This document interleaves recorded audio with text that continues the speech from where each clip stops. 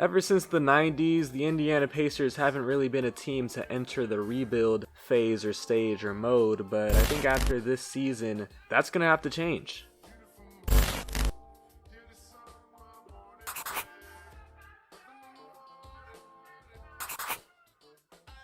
Three major headlines: the Sabonis era has ended and the Haliburton era has commenced. Duarte's all-rookie season and injuries on top of injuries on top of more injuries for the Pacers this year. Now, starting with the first headline and the first part of that headline, Sabonis. He came over 3 years ago, I believe. I mean, it kind of seems like longer, but by having Domantas Sabonis as the best player on their team, the Pacers were able to see a good amount of success. And as a small market team, you really just want to prioritize always being competitive, because you can't afford to really tank, because you're looking at margins and profit deficits and stuff like that. All that kind of plummets when you don't have a team that's really a playoff contender, and these are things that small market teams have to prioritize over just going all in for a championship every year. And having Sabonis as their best player and having a good supporting cast around him, it was getting the job done for the Pacers. And now this season, it was a bit different because, again, Sabonis was the best player on the team, but team success was not following suit due to a lot of factors. But in just putting it black and white, this year with Domantas Sabonis as the best player on the team, the Pacers were one of the worst teams in the entire league. So given that they weren't going to make the playoffs, I think it was obvious that a trade had to be made and they had to go another direction, and they did so, and they pretty much found the best trade that they could hope for in adding Tyrese Haliburton. Now, Haliburton was one of the more impressive rookies in my opinion last year. This season he kind of continued on his efficient play, but I don't know if it was evident that he was never really going to shine in Sacramento. I actually liked the backcourt of him and De'Aaron Fox, but the Kings obviously opted to go in a different route and offload him for a star player that is Domantas Sabonis. But in doing so, Haliburton has shined. He was unleashed. The ball was in his hands a lot more in Indiana, especially with the injuries that we're going to talk about. And I think it's arguable in the second half of the season, with Tyrese coming on to the Pacers, Haliburton became a better player than Domantas Sabonis. I know off the top and immediately that sounds like blasphemy, but in my opinion, Haliburton was better than Domantas Sabonis in the second half of the season. So, by that logic, not only did the Pacers get the better player, not only did they get the player that is much younger, they also got a player who's better on defense and has a lot of room to grow. We're going to touch on Chris Duarte. He was looking like an early Rookie of the Year favorite in the first 2 months of the season. It was really his prowess from three-point land and kind of just developing his game off of that specialty that really made him shine. Now, I didn't see many Pacers games, so I can't really dive into the game of Duarte too much, but I know he's a marksman from three. He's a 24-year-old rookie, so he was a bit overlooked coming into the draft because there's a stigma against older rookies. I mean, the dude is 1 year younger than Domantas Sabonis, which is crazy, but yeah, I mean, he came in and was able to provide an early impact. It was kind of hard for him to get minutes because there was a lot of players on this team playing at the wing and in the backcourt, so he did have to move to coming off the bench, and he was out of the lineup due to injury. So it was a bit of a unfortunate end to the season for Duarte, as consistency and playing time kind of fluctuated, but he made the most out of it in my opinion. Now, finally talking about injuries, this is really what derailed the season for the Pacers. Malcolm Brogdon got injured early on and injured again midway through the season. Both times had to miss really big amounts of time. He only played 36 games on the year. Miles Turner only played 42 games on the year. TJ McConnell only played 27 games on the year. And in total, there were 28 players that suited up for the Indiana Pacers. 28. I don't think I have to check around the league to say that that is the most. But wow, the Pacers really got fucked over by the injury bug. Alright, moving into the players, I'm going to start out with Tyrese. I'm going to say he's a star player. He's going to be in the star column. It might be crazy to have this guy in the section of stars in his second season, but he's a lead playmaker. He was the lead shot creator for the Pacers, and he was ridiculously efficient doing so. The efficiency for Tyrese Haliburton in his first 2 seasons is really unparalleled in my opinion, and I think he is the leader of this rebuild easily. I think he is somebody that you can build around. He's got good size in the point guard position. He's got great vision. He's probably one of the best passers in the league already. And even though he has a funky release, he's still able to create from three-point land, which was kind of the knock on him coming into the NBA, if he would have to change his release and his form to be able to create from downtown. Malcolm Brogdon is still a star on this team. He's a capable lead playmaker, capable top shot creator, quality perimeter defender. Brogdon's simply an all-around point guard who can play the 2 guard, but his fit on this team is a bit iffy. I could see him being traded this offseason, as it looks like Indy's probably just embracing the rebuild at this point. Miles Turner is still a star on this team. Maybe not a star in terms of league sense, but he's a star on this team. Floor spacing rim protector, great pick and roll / dunker spot guy. Now the Miles question is a bit different because he's younger than Brogdon by about 3 years. 25 years old, entering his prime.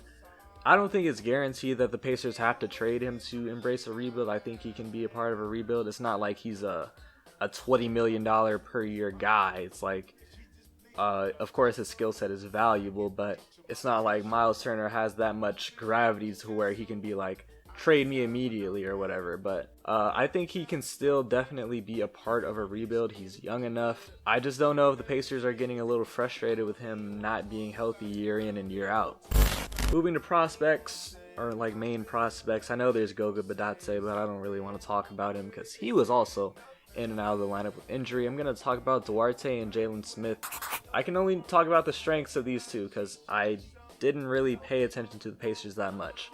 Duarte, he's a good shooter, really good shooter coming out of college, really good shooter in the NBA. In terms of his inside scoring and just offense outside of just being a catch and shoot guy, he's really crafty. He's not the most athletic, not the most explosive dude off the bounce. So when he has to score inside the arc, he's really able to score at his own pace, control the pace, and he's really crafty in his finishes and just in, floater distance shots as well. As for Jalen Smith, this was somebody they picked up mid-season. They poached him off of Phoenix. Obviously, Phoenix is a contending team, so they don't really need any prospects right now. So they're able to get, or the Pacers were able to get Jalen Smith pretty much for free. And he was heralded as a Miles Turner type dude, this center that could rim protect like no other and space the floor and be a really good dunker spot guy.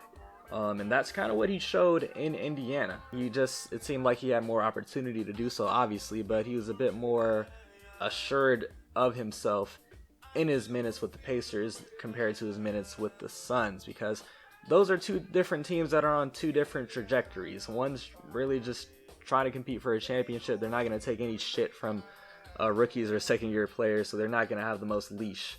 And that's the opposite in Indy. Carlisle is going to give a lot of leash to these younger guys to try and prove themselves.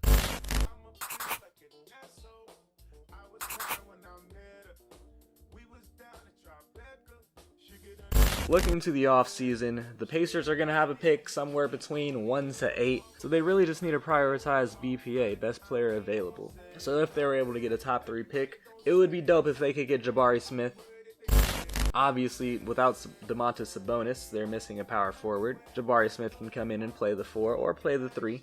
Immediately, he could be a tertiary or secondary shot creator behind Malcolm Brogdon and Tyrese Haliburton. And those guys pass the ball a lot. They're not ball dominant whatsoever, so Jabari would still be able to show his shot creating prowess. But the best thing about adding Jabari Smith would be on the defensive end. Indiana was horrible defensively last year. Horrible. Yes, we can blame a lot of that due to injury with Miles Turner being out, Malcolm Brogdon being out. But if you're able to bring in Jabari Smith, getting a top 3 pick, who is one of the best defensive prospects in this class, you definitely do so. And I think that would be a no-brainer for Indy. I think the next best guy for them is AJ Griffin, 3-and-D wing out of Duke. Depending on how good his three-pointer is coming out of college and transitioning to the NBA, he could very well start over Duarte come training camp, because I think AJ Griffin will have a much higher defensive impact than Duarte, and like I said, that would be what the Pacers would need, so that would be what they were prioritizing going into next season, developing on the defensive end, because they have a lot of offensive talent in-house already. Next best guy would be Keegan Murray. Definitely could come in and play the power forward position, another floor spacer. He can create a little bit. He was able to create to a high degree in college.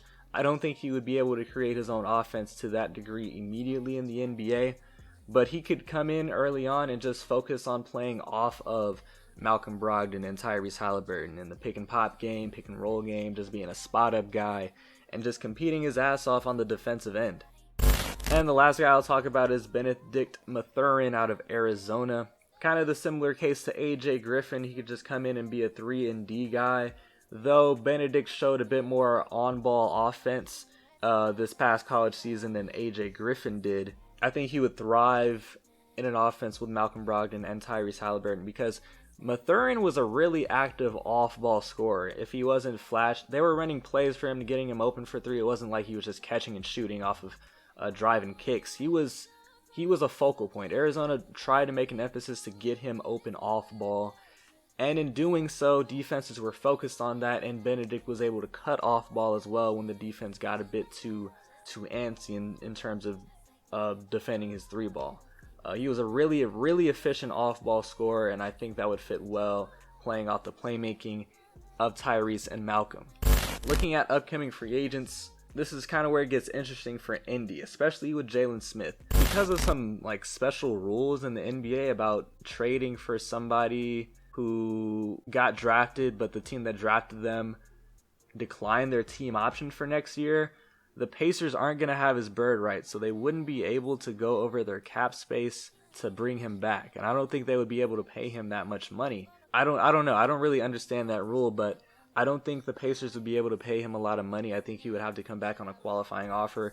And if Jalen Smith gets a multi-year deal, about 8, 9, or 10 million per, he definitely take that in the open market. So that would be tough, because bringing back Jalen Smith, who showed a lot of promise, would and should be a priority for Indiana, but their hands are kind of tied there. Ricky Rubio was really just traded for Karis LeVert because the salaries matched up, and he was injured, so I don't think they're bringing him back. TJ Warren's an iffy one. I'll talk about him later, and same with Lance Stevenson. So diving more into free agency, the Pacers should have $28 million in cap space, and I think they need to focus on adding versatile wing defenders, floor spacers, and a go-to bench shot creator. So potential targets. I'm going to start with Thaddeus Young, who would really be dope for the Pacers bringing him back. He played some of his best seasons in Indiana. He would be a really versatile defending wing / forward. He's a good playmaker from the forward position. And I think Rick Carlisle would be able to make the most out of a veteran like Thad Young. I'm going to put an asterisk by his name, though, because he probably just wants a ring. He's kind of getting older. He hasn't won a ring yet, so he'll probably prioritize going to a contender. I think Bruce Brown would be amazing for the Pacers. Of course, because of his defense. He's been an elite defender. He was an elite defender last year. His defense kind of slid early on this year, but it's been picking up. It picked up towards the end of the regular season. He's an elite defender. His three-point shot is a lot more reliable now, and he's going to be looking for a payday after his showcases in Brooklyn, and Indiana's going to have some space, so they could be suitors for the services of Bruce Brown, who could look for between 11 to 15, maybe 16 million per year, honestly. Taurean Prince would be dope. He's a very, very good defender at the 3 or 4 position, and he can space the floor. Same thing goes for Kyle Anderson, but he provides a lot more shot creating than Taurean Prince, and he's a really good playmaker for being a young small forward as well.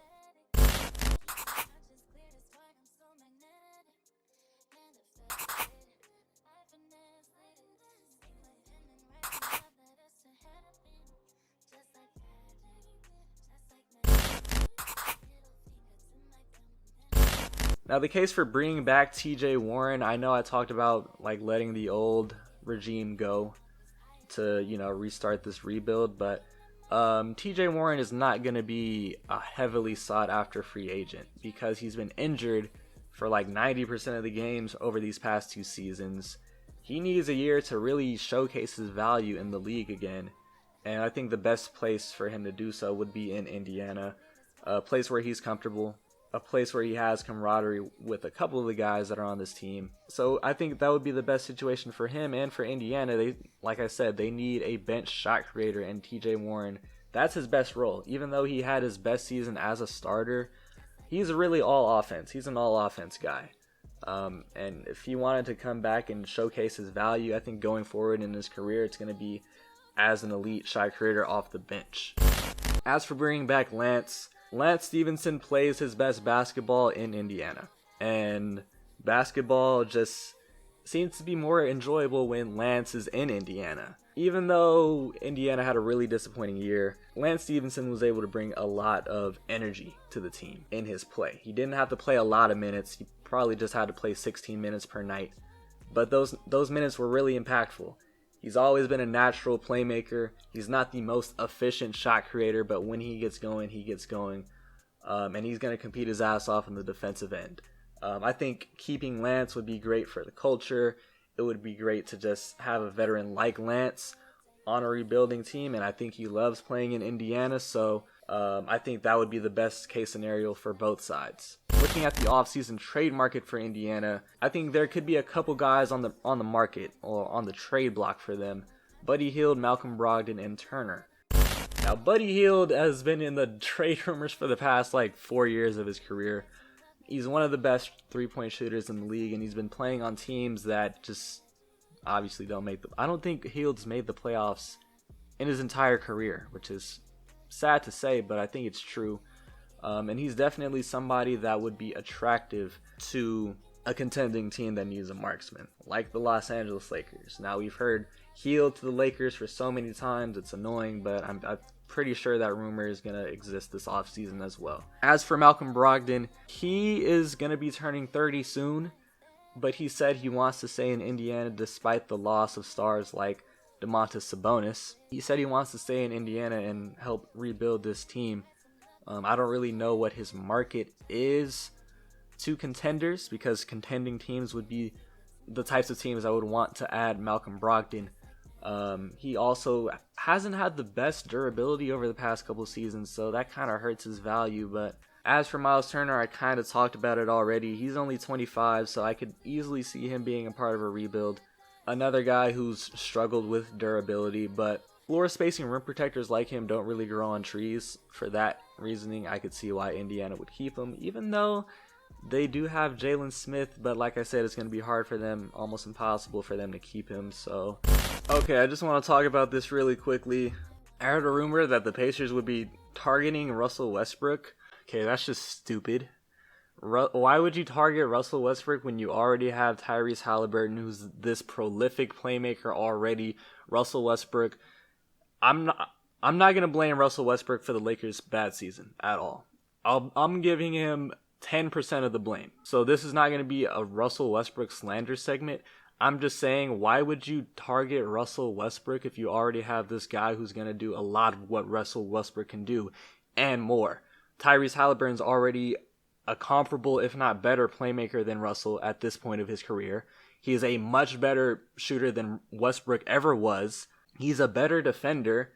So you're going to want the ball in the hands of Tyrese. Russell Westbrook's off-ball game is it's not where he's at his best. So why would the Pacers target Russell Westbrook? That's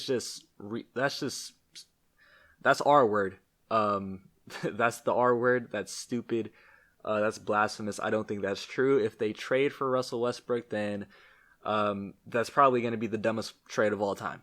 I'm going to predict 3 things for the Pacers. I'm going to say 1, Buddy Hield gets traded, but Miles and Malcolm remain. I think Buddy gets traded because the wing is already getting a bit crowded in Indiana. They have this rookie in Chris Duarte, who's ascending as he's already one of the best young shooting prospects in the league, and you want to get as much time for him as possible. So I think they'll trade Buddy Hield because they can get a good amount of value for somebody of the shooting caliber of Buddy, and in doing so they'll allow a lot more playing time for Chris Duarte, and maybe they add another wing prospect that they're going to want to get more minutes for as well. I'm going to say that Miles and Malcolm remain. for the reason that Malcolm is a really, really good veteran to have in the locker room and to help mentor and develop Tyrese Halliburton. And Miles Turner's skill set at the 5 position is one that's hard to find. And they might lose their backup or their promising backup center in Jalen Smith because their hands are tied in that situation. So they might want to just keep Miles for that reason. And that brings me to my next prediction. Jalen Smith is poached and Lance is re-signed. I think Jalen Smith gets poached because the Pacers won't be able to give him much money.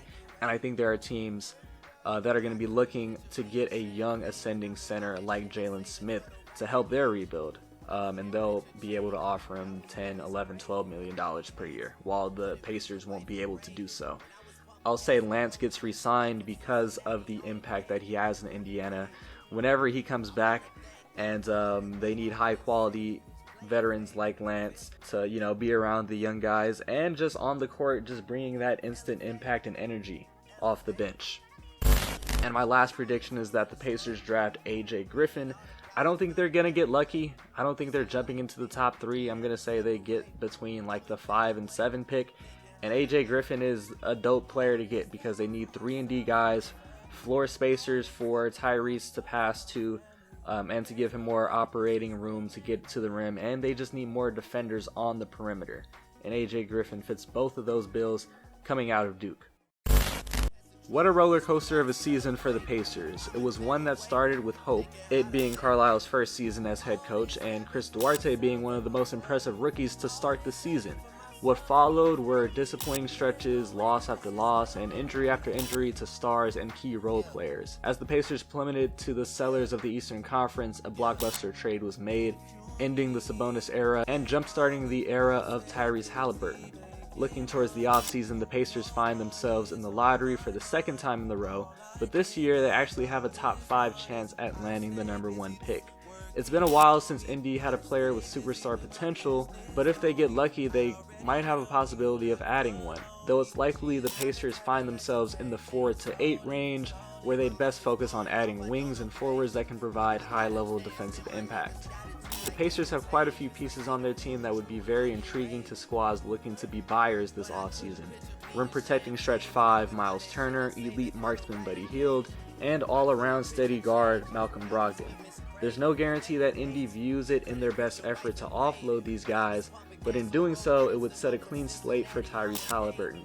He's one of the most efficient second-year point guards that I've ever seen, a threat on all 3 levels of the court, and he is one of the league's top 10 passers. No exaggeration, his court vision is uncanny. I don't think the league is completely aware of the talent and potential that Tyrese possesses.